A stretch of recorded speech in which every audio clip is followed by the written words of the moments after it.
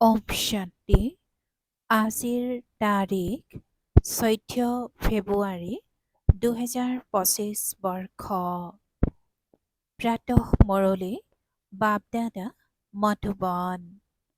আজিৰ পিতাৰ অমৃতবাণী হৈছে, মৰমৰ সন্তানসকল, তোমালোকে শ্ৰীমত পাইছা যে আত্মা অভিমানী হৈ পিতাক স্মৰণ কৰা। কোনো কথাত তোমালোকে তৰ্ক বিতৰ্ক কৰিব নালাগে। আৰু আজিৰ প্ৰশ্ন, বুদ্ধিযোগ স্বচ্ছ হৈ যাতে পিতাৰ সৈতে যোগযুক্ত হ'ব পাৰে, তাৰ কোনটো যুক্তি ৰচা আছে? বুদ্ধিযোগ স্বচ্ছ হৈ যাতে পিতাৰ সৈতে যুক্ত হ'ব পাৰে, তাৰ কোনটো যুক্তি ৰচা আছে? পিতাই উত্তৰত কৈছে, 7 দিনৰ ভাতী। কোনোবা নতুন আহিলে তেওঁক 7 দিনৰ কাৰণে ভাতীত বহোৱা, যাৰ দ্বাৰা বুদ্ধিৰ মলিনতা আঁতৰিব আৰু গুপ্ত পিতা, গুপ্ত পঢ়া আৰু গুপ্ত উত্তৰাধিকাৰক জানিব পাৰিব। যদি এনেয়ে বহি যায় তেন্তে বিভ্ৰান্ত হৈ যাব, একোৱেই বুজি নাপাব। আৰু আজিৰ গীত জাগ সজনীয়া জাগ, অৰ্থাৎ জাগা প্ৰিয়তমাসকল জাগা। ওম শান্তি। সন্তানসকলক জ্ঞানী আত্মা কৰি তুলিবৰ কাৰণে এনেকুৱা যিবোৰ গীত আছে সেয়া শুনাই পাছত তাৰ অৰ্থ ব্যাখ্যা কৰিবলগীয়া হয়। তেতিয়া আনক শুনাব পাৰিবা। গম পাবা যে কিমানলৈকে সৃষ্টিৰ আদি মধ্য অন্তৰ জ্ঞান বুদ্ধিত আছে। তোমালোক সন্তানসকলৰ বুদ্ধিতটো ওপৰৰ পৰা ধৰি মূলধাম, সূক্ষ্মধাম, স্থূলধামৰ আদি মধ্য অন্তৰ গোটেই ৰহস্য যেন চমকিত হৈ থাকে। পিতাই কৈছে যে তোমালোক সন্তানসকলৰ বুদ্ধিতটো ওপৰৰ পৰা ধৰি মূলধাম, সূক্ষ্মলোক, স্থূলধামৰ আদি মধ্য অন্তৰ গোটেই ৰহস্য যেন চমকিত হৈ থাকে, অৰ্থাৎ চমকিত হৈ থাকে। পিতাৰো এই জ্ঞান আছে যি তোমালোকক শুনায়, এয়া হৈছে একেবাৰে নতুন জ্ঞান। যদিও শাস্ত্ৰ আদিত নাম উল্লেখ আছে, কিন্তু সেই নাম ল'লে তেওঁলোক তোমালোকৰ পিছত পৰি যাব, তৰ্ক বিতৰ্ক কৰিবলৈ লাগি যাব। ইয়াততো একেবাৰে সাধাৰণ ৰীতিৰে বুজায়, ভগৱানুবাচ, মোক স্মৰণ কৰা, মইহে পতিত পাৱন। কেতিয়াও শ্ৰীকৃষ্ণক বা ব্ৰহ্মা বিষ্ণু শংকৰ আদিক পতিত পাৱন বুলি নকয়। সূক্ষ্মধামৰ নিবাসীসকলকো তোমালোকে পতিত পাৱন বুলি নোকোৱা। তেনেস্থলত সূক্ষ্মলোকৰ, পিতাই কৈছে যে সূক্ষ্ম ধামৰ নিবাসীসকলকো তোমালোকে পতিত পাৱন বুলি নোকোৱা। তেনেস্থলত স্থূলধামৰ মনুষ্য পতিত পাৱন কেনেকৈ হ'ব পাৰে? এই জ্ঞান তোমালোকৰ বুদ্ধিতহে আছে। শাস্ত্ৰৰ বিষয়ে বেছিকৈ তৰ্ক বিতৰ্ক কৰাটো ভাল নহয়। বহুত বাদ বিবাদ হৈ যায়, ইজনে সিজনক লাঠিও মাৰিবলৈ লাগি যায়। তোমালোককতো বহুত সহজ কৰি বুজোৱা হয়, শাস্ত্ৰৰ কথাবোৰত অতি বেছিকৈ যাব নালাগে। মূল কথা হৈছে আত্মা অভিমানী হোৱাৰ, নিজকে আত্মা বুলি বুজিব লাগে আৰু পিতাক স্মৰণ কৰিব লাগে। এইটো শ্ৰীমত হৈছে মুখ্য, বাকী হৈছে বিস্তাৰ। বীজ কিমান সৰু, বাকী বৃক্ষ বিস্তাৰ হয়। যেনেকৈ বীজত গোটেই জ্ঞান সমাহিত হৈ আছে, তেনেকৈ এই গোটেই জ্ঞানো বীজত সমাহিত হৈ আছে। তোমালোকৰ বুদ্ধিত বীজ আৰু বৃক্ষ স্পষ্ট হৈ গ'ল। যেনেকৈ তোমালোকে জানা, তেনেকৈ আন কোনেও বুজিব নোৱাৰে। বৃক্ষৰ আয়ুসেই দীঘলীয়া কৰি লিখি দিলে। পিতাই বহি বীজ আৰু বৃক্ষৰ বা ড্ৰামাৰ ৰহস্য বুজায়। তোমালোক হৈছা সুদৰ্শন চক্ৰধাৰী। কোনোবা নতুন আহিলে বাবাই যদি মহিমা কৰে বা সুদৰ্শন চক্ৰধাৰী সন্তানসকল, তেন্তে কোনেও বুজিব নোৱাৰিব। তেওঁলোকেতো নিজক সন্তান বুলিয়েই নাভাবে। এই পিতাও গুপ্ত, গতিকে জ্ঞানো গুপ্ত, উত্তৰাধিকাৰো গুপ্ত। নতুন কোনোবাই শুনিলে বিভ্ৰান্ত হ'ব। সেয়েহে 7 দিনৰ ভাতিত বহোৱা হয়। এয়া যি 7 দিনৰ ভাগৱত বা ৰামায়ণৰ পাঠ ৰাখে, বাস্তৱত এয়া এই সময়ত 7 দিনলৈ ভাতিত ৰখা হয়, যাতে বুদ্ধিত যি ময়লা আদি আছে সেয়া আঁতৰি যায় আৰু বুদ্ধিযোগ পিতাৰ সৈতে যুক্ত হৈ যায়। ইয়াত সকলো ৰোগী। সত্যযুগত এই ৰোগ আদি নাথাকে। এয়া আধাকল্পৰ ৰোগ, 5 বিকাৰৰ ৰোগ বৰ ভয়ানক। তাততো দেহী অভিমানী হৈ থাকে। এইটো জানে যে মই আত্মাই এটা শৰীৰ ত্যাগ কৰি অন্য এটা লওঁ। আগতীয়াকৈ সাক্ষাৎকাৰ হৈ যায়। কেতিয়াও অকাল মৃত্যু নহয়। তোমালোকক কালৰ ওপৰত জয়ী কৰি তোলা হয়। কাল মহাকাল বুলি কয়। মহাকালৰো মন্দিৰ থাকে। শেষ লোকসকলৰ আকৌ অকাল আসন আছে। বাস্তৱত অকাল আসন হৈছে এই ভ্ৰকুটি, য'ত আত্মা বিৰাজমান হয়। সকলো আত্মাই এই অকাল আসনত বহি আছে। এয়া পিতাই বহি বুজায়। পিতাৰ নিজৰ আসনটো নাই। তেওঁ আহি এওঁৰ অৰ্থাৎ ব্ৰহ্মাৰ এইখন আসন লয়। এইখন আসনত বহি তোমালোক সন্তানসকলক ময়ূৰ সিংহাসনৰ অৰ্থাৎ হীৰা জড়িত আসন যোগ্য কৰি তোলে। তোমালোকে জানা যে সেই ময়ূৰ সিংহাসন কেনেকুৱা হ'ব, য'ত লক্ষ্মী নাৰায়ণ বিৰাজমান হয়। ময়ূৰ সিংহাসনৰ গায়ন কৰা হোৱা নাই জানো? বিচাৰ কৰিব লাগে, তেওঁক ভোলানাথ ভগৱান বুলি কিয় কোৱা হয়? ভোলানাথ ভগৱান বুলি ক'লে বুদ্ধি ওপৰলৈ গুচি যায়। সাধু সন্ত আদিয়ে আঙুলিৰে ইংগিতো এনেকৈ দিয়ে নহয় যে তেওঁক স্মৰণ কৰা। যথাৰ্থ ৰীতিৰেতো কোনেও জানিব নোৱাৰে। এতিয়া পতিত পাৱন পিতা সন্মুখত আহি কয়, মোক স্মৰণ কৰিলে তোমালোকৰ বিকৰ্ম বিনাশ হৈ যাব। প্ৰতিশ্ৰুতি আছে, গীতাতো লিখা আছে, কিন্তু তোমালোকে যদি গীতাৰ এটা উদাহৰণ দেখুওৱা, তেন্তে তেওঁলোকে 10টা উলিয়াব। সেয়েহে দৰকাৰ নাই। যিয়ে শাস্ত্ৰ আদি পঢ়িছে তেওঁলোকে ভাবে আমি তৰ্ক কৰিব পাৰিম। তোমালোক সন্তানসকলে যিয়ে এই শাস্ত্ৰ আদিক নাজানাই, তোমালোকে কেতিয়াও তাৰ নামো ল'ব নালাগে। তোমালোকে কেতিয়াও তাৰ নামো ল'ব নালাগে। কেৱল কোৱা, ভগৱানে কয়, মোক নিজৰ পিতাক স্মৰণ কৰা। তেওঁকহে পতিত পাৱন বুলি কোৱা হয়। গায়নো কৰে, পতিত পাৱন সীতাৰাম। সন্ন্যাসীসকলেও য'তে ত'তে ভজন কীৰ্তন কৰি থাকে। এনেকুৱা মত মতান্তৰটো বহুত আছে নহয়। এই গীতবোৰ কিমান সুন্দৰ। ড্ৰামাৰ পৰিকল্পনা অনুসৰি কল্পই কল্পই এনেকুৱা গীত ৰচনা কৰে, যেন তোমালোক সন্তানসকলৰ কাৰণেহে ৰচনা কৰা হৈছে। এনেকুৱা ভাল ভাল গীত আছে। উদাহৰণস্বৰূপে নয়নহীনক মাৰ্গদৰ্শন কৰা প্ৰভু। প্ৰভু বুলি জানো শ্ৰীকৃষ্ণক কয়?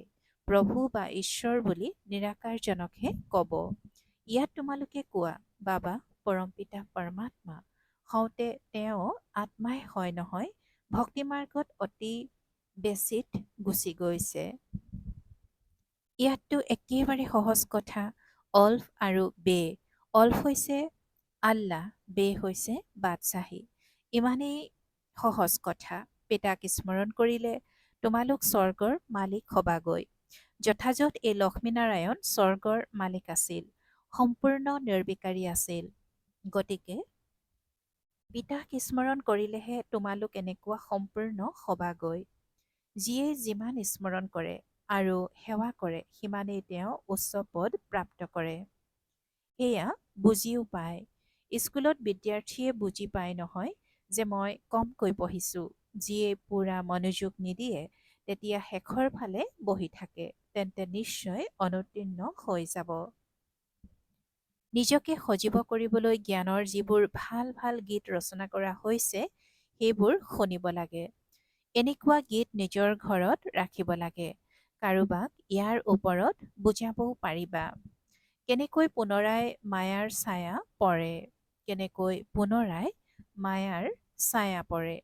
শাস্ত্ৰততো এই কথাবোৰ নাই যে কল্পৰ আয়ুস ৫,০০০ বছৰ। ব্ৰহ্মাৰ দিন আৰু ব্ৰহ্মাৰ ৰাতি আধা আধা হয়। এই গীতবোৰো কোনোবাইতো ৰচনা কৰিছে। পিতা বুদ্ধিমানৰো বুদ্ধিমান, পিতা বুদ্ধিমানৰো বুদ্ধি, সেয়েহে কাৰোবাৰ বুদ্ধিত উদয় হৈছে, যিবোৰ বহি ৰচনা কৰিছে। এই গীত আদি শুনিও তোমালোকৰ ওচৰলৈ অহা বহুত ধ্যানত গুচি গৈছিল। এদিন আহিব যেতিয়া এই গীত গোৱা সকলো তোমালোকৰ ওচৰলৈ আহিব। পিতাৰ মহিমা কৰি এনেকুৱা গীত গাব যে অন্তৰ চুই যাব। এনেকুৱা এনেকুৱা গায়কো আহিব। সুৰৰ ওপৰতো নিৰ্ভৰ কৰে গায়ন বিদ্যাৰো বহুত নাম আছে। এতিয়াতো এনেকুৱা কোনো নাই। কেৱল এটা গীত ৰচনা কৰিছিল, কিমান মিঠা, কিমান মৰমৰ। পিতা বহুত মিঠা, বহুত মৰমৰ, সেইবাবেতো সকলোৱে তেওঁক স্মৰণ কৰে। এনেকুৱা নহয় যে দেৱতাসকলে তেওঁক স্মৰণ কৰে। চিত্ৰবোৰত ৰামৰ আগতো শিৱক দেখুৱাই দিছে। ৰামে পূজা কৰি আছে, এইটো ভুল। দেৱতাসকলে জানো কাৰোবাক স্মৰণ কৰে? স্মৰণ মনুষ্যই কৰে। তোমালোকো এতিয়া মনুষ্য, আকৌ দেৱতা হবাগৈ। দেৱতা আৰু মনুষ্যৰ মাজত দিন ৰাতিৰ পাৰ্থক্য আছে। সেই দেৱতাসকলেই পুনৰ মনুষ্য হয়। কেনেকৈ চক্ৰ ঘূৰি থাকে সেয়া কোনেও নাজানে। তোমালোকে এতিয়া জানা যে আমি সঁচাকৈ দেৱতা হওঁগৈ। এতিয়া আমি ব্ৰাহ্মণ, নতুন সৃষ্টিত দেৱতা বুলি কম। এতিয়া তোমালোক আচৰিত হৈ যোৱা। এই ব্ৰহ্মা, যি এইটো জন্মত প্ৰথমে পূজাৰী আছিল, তেওঁ নিজেই শ্ৰী নাৰায়ণৰ মহিমা গাইছিল।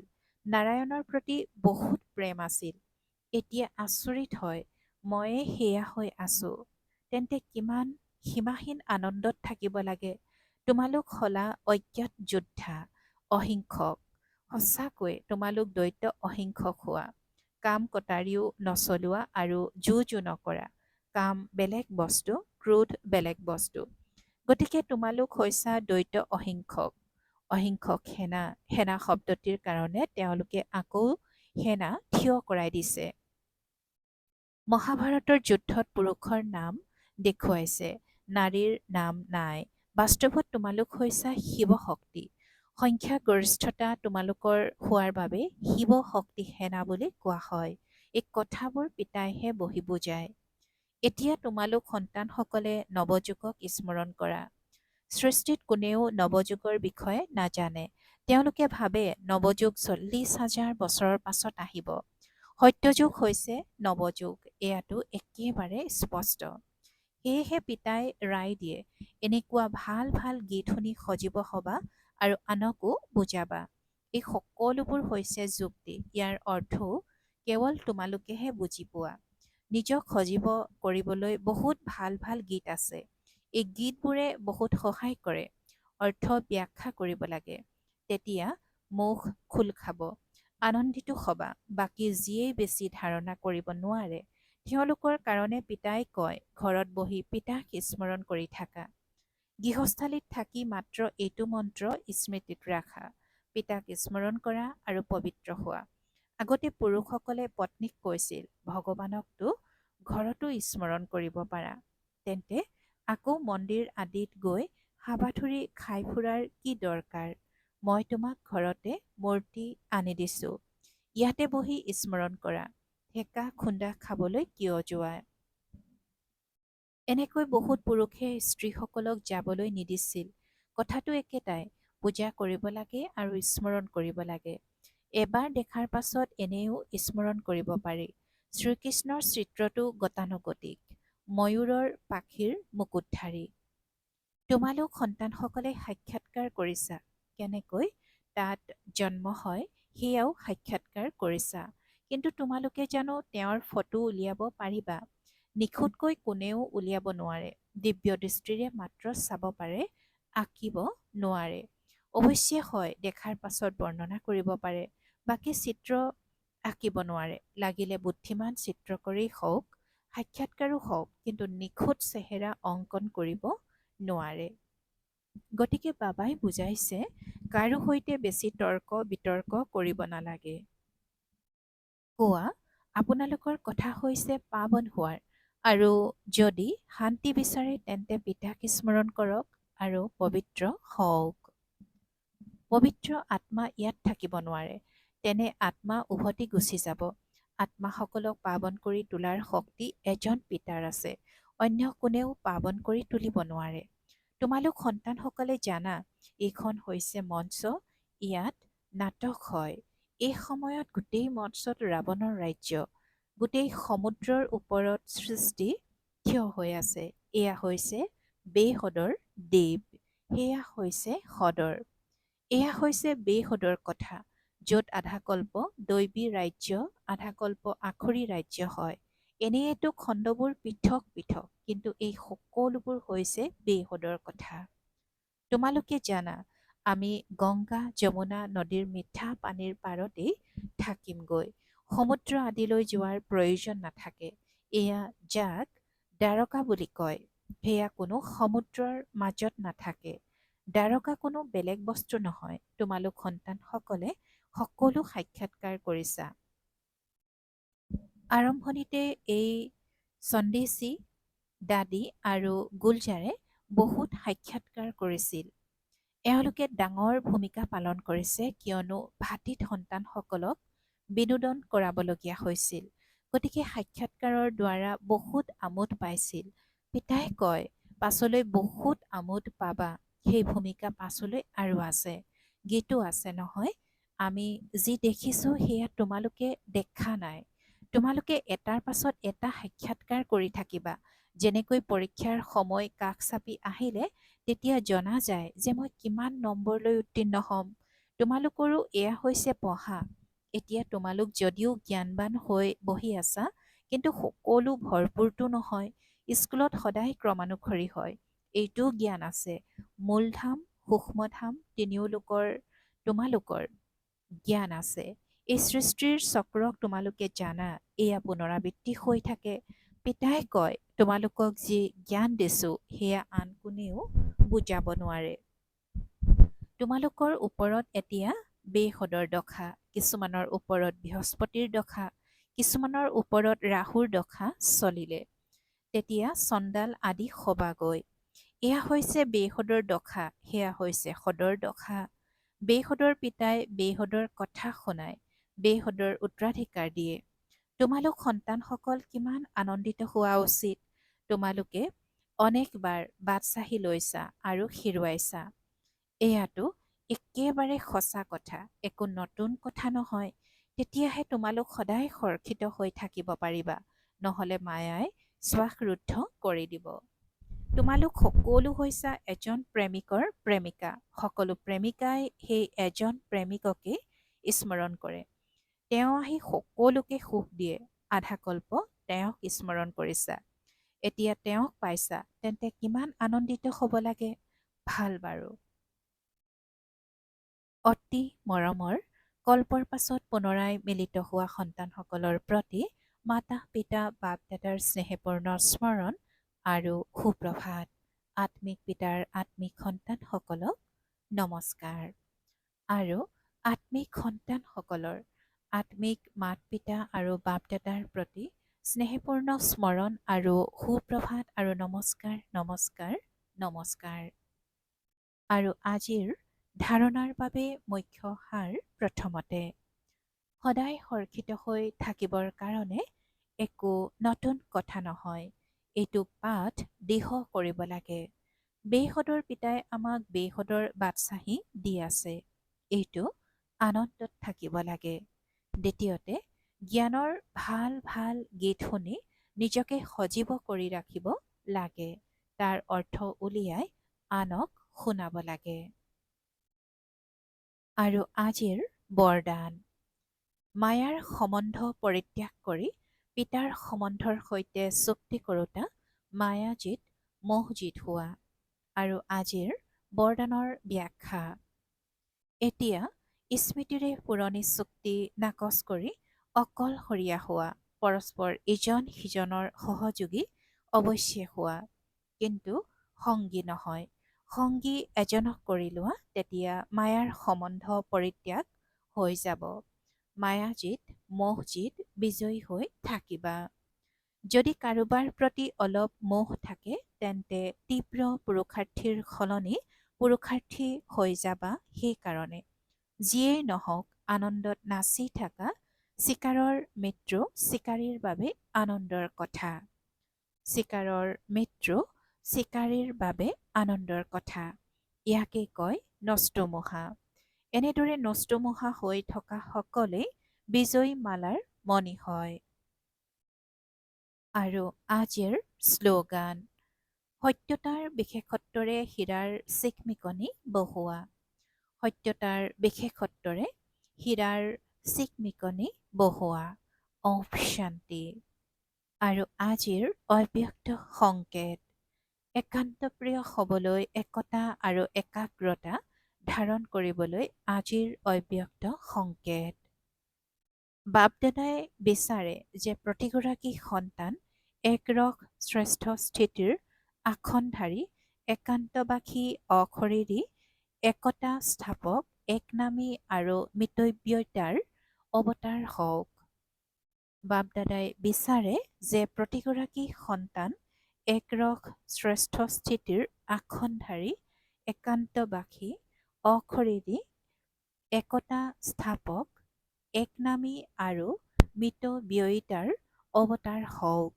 ইজনে সিজনৰ বিচাৰধাৰাক বুজি সন্মান জনাই, ইজনে সিজনক ইংগিত দি লেনদেন কৰি পৰস্পৰ সংগঠনৰ শক্তিস্বৰূপ প্ৰত্যক্ষ কৰক।